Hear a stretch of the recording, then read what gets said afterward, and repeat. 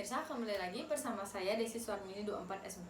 Pada kesempatan kali ini saya akan membawakan materi tentang sistem dan struktur politik ekonomi Indonesia masa reformasi, masa akhir Orde Baru, krisis moneter, politik hukum dan kepercayaan. Krisis moneter yang melanda Thailand pada awal Juni 1997 merupakan permulaan peristiwa yang mengguncang nilai tukar mata uang negara-negara di Asia seperti Malaysia, Filipina, Korea, dan Indonesia.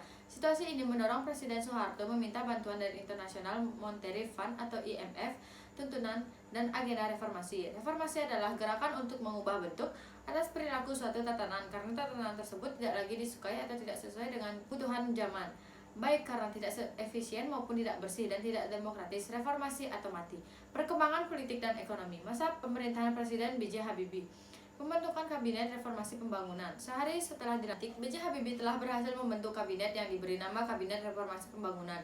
Kabinet Reformasi Pembangunan terdiri atas 36 menteri, yaitu 4 menteri negara dengan tugas sebagai menteri koordinator, 20 menteri negara yang memimpin departemen, dan 12 menteri negara yang memimpin tugas tertentu. Sidang Istimewa MPR 1998. Di tengah maraknya gelombang demonstrasi mahasiswa dan desakan kaum intelektual terhadap legislasi pemerintah Habibie, pada 10-13 November 1998, MPR mengadakan sidang istimewa untuk menetapkan langkah pemerintah dalam melaksanakan reformasi di segala bidang.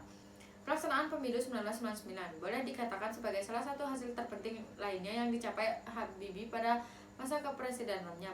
Pemilu 1999 merupakan penyelenggaraan pemilu multipartai. Pelaksanaan referendum Timur Timur. Satu peristiwa penting yang terjadi pada masa pemerintahan Presiden B.J. Habibie adalah diadakannya referendum bagi rakyat Timur Timur untuk menyelesaikan permasalahan Timur Timur yang merupakan warisan dari pemerintahan sebelumnya. Reformasi bidang hukum. Sesuai TAP MPR, reformasi di bidang hukum diarahkan untuk menanggulangi krisis dan melaksanakan agenda reformasi di bidang hukum yang sekaligus dimaksud untuk menunjang upaya reformasi di bidang ekonomi, politik, sosial, dan budaya. Masa pemerintahan Presiden Abdurrahman Wahid. Reformasi bidang hukum dan pemerintahan. Pada masa pemerintahan Abdurrahman Wahid, MPR melakukan amandemen terhadap UUD 1945 pada tanggal 18 Agustus 2000. Amandemen tersebut berkaitan dengan susunan pemerintahan NKRI yang terdiri atas pemerintahan pusat, provinsi, kabupaten, dan kota. Masa pemerintahan Presiden Megawati Soekarno Putri. Reformasi bidang hukum dan pemerintahan. Pada masa pemerintahan Presiden Megawati, MPR kembali melakukan amandemen terhadap UUD 1945 pada tanggal 10 November 2001. Amandemen tersebut meliputi penegasan Indonesia sebagai negara hukum dan kedaulatan berada di tangan rakyat. Reformasi bidang ekonomi. Krisis ekonomi yang melanda Indonesia sejak 1998 belum dapat dilalui oleh presiden sebelumnya. Masalah ekonomi yang kompleks dan saling berkaitan menuntut perhatian pemerintah untuk memulihkan situasi ekonomi guna memperbaiki kehidupan rakyat.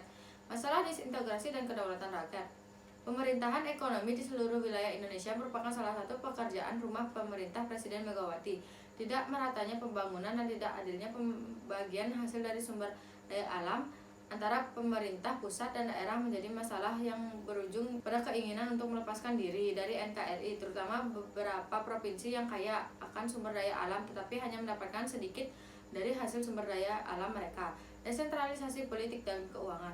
Terkait hubungan pemerintah pusat dan daerah, pemerintah Presiden Megawati berupaya untuk melanjutkan kebijakan otonomi daerah yang telah dirintis sejak tahun 1999 seiring dengan dikeluarkannya UU Nomor 2 Tahun 1999 tentang perimbangan keuangan pusat daerah. Upaya pemberantasan KKN. Kendati berhasil melakukan berbagai pencapaian di bidang ekonomi dan politik, terutama dalam menghasilkan produk UU. Mengenai pelaksanaan otonomi daerah, pemerintahan Presiden Megawati belum berhasil melakukan penegakan hukum atau law enforcement pada masa pemerintahan Presiden Susilo Bambang Yudhoyono. Upaya untuk meningkatkan kesejahteraan masyarakat. Sejak krisis yang dialami bangsa pada tahun 1998, kondisi perekonomian masyarakat Indonesia belum pulih. Upaya pengentasan kemiskinan yang juga pernah dirancangkan oleh presiden sebelumnya masih belum terlaksanakan sepenuhnya. Kondisi ini diperparah dengan terjadinya sejumlah bencana alam, terutama tragedi tsunami di Aceh yang merenggut banyak korban dengan kerugian material yang sangat besar. Euforia berdemokrasi. Demokrasi masa reformasi. Reformasi 1998 yang menumbangkan pemerintahan Orde Baru memberikan ruang seluas-luasnya bagi perubahan sistem dan penerapan demokrasi di Indonesia. Demikian materi yang dapat saya sampaikan. Saya tutup dengan